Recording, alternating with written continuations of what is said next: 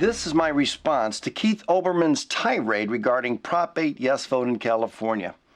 First, some parameters as preface. I have no beef with the gay community and believe all Americans should be able to enjoy their lifestyle of choice. I am not from California and really didn't follow the issue all that close. As I watched your self-righteous rant, Keith, against those who voted yes, it became apparent to me that this tirade was very disingenuous as well as a totally fabricated emotional bloviation. I'll get back to that in a minute, but first, you equated the definition of marriage with love repeatedly. Love and marriage, expression of love. Have to embrace that love. It is stacked against love on a question of love. The ember of love, love. That love, your love, book of love, love. Isn't that special? Nevertheless, your perspective, Keith O., is entirely skewed. The definition of marriage has nothing to do with love. People get married every day who don't know what love is. Two perfect strangers can get married, and as long as it consists of one man and one woman. So love is not, nor has it ever been, the litmus test nor definition for marriage. Secondly, you made these whacked statements. This is about the human heart, permanence and happiness, to be a little less alone in the world. Just for the hope of having that feeling, then spread happiness, semantical grain of happiness.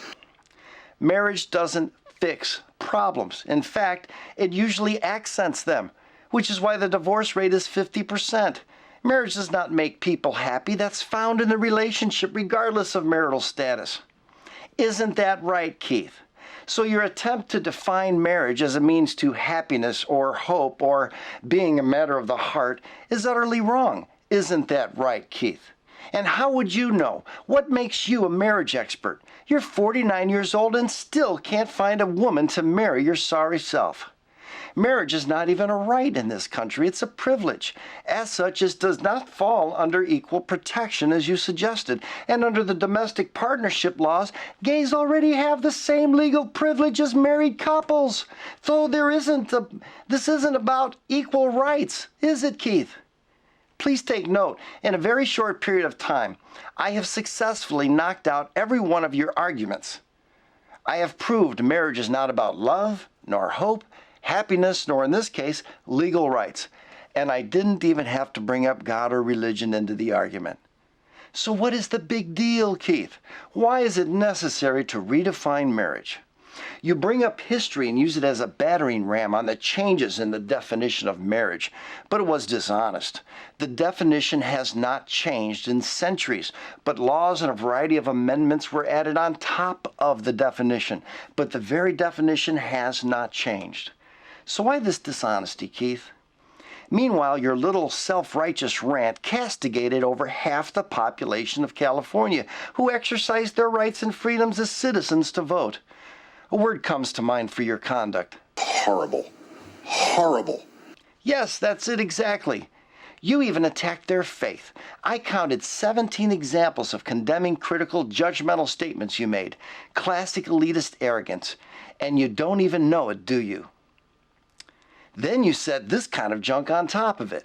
Because this isn't about yelling. Call the police. She just wants to express her viewpoint, sir. I'm standing here with Phyllis Burgess. As you can see right now, we are being attacked. She walked out here earlier. If you roll the video, you can see. With so much hate in the world, with so much meaningless division, and people pitted against each other for no good reason.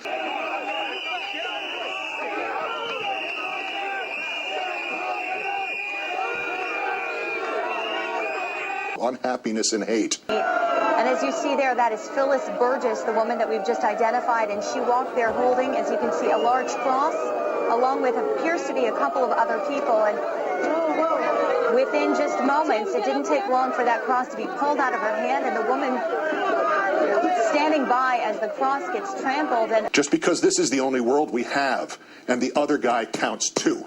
The First Presidency of the Church of Jesus Christ of Latter-day Saints, the governing authority of the church, issued a statement in response to recent protests and some acts of violence believed to be tied to the church's involvement in Proposition 8.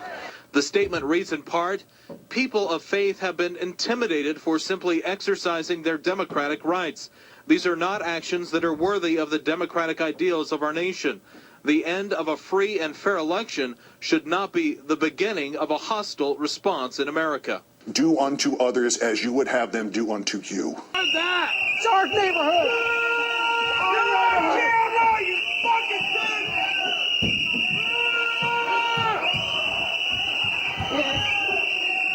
and we don't ever want them coming back.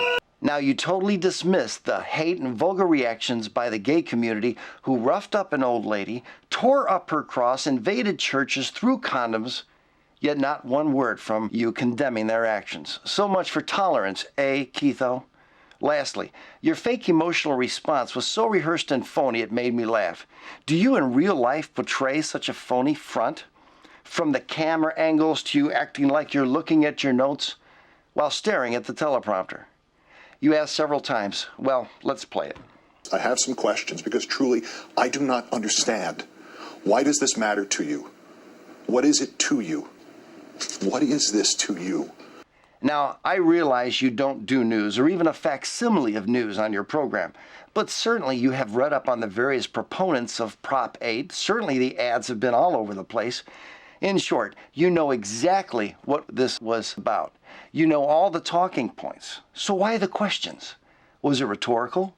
Was it designed to show your frustration? Or just to make you look more authentic? Ultimately, Keith, this may end up back in the courts and judges may again overrule the will of the people. But if the gay community was seeking some kind of societal acceptance by marriage, it will indeed be a hollow victory. Much like your hollow rant.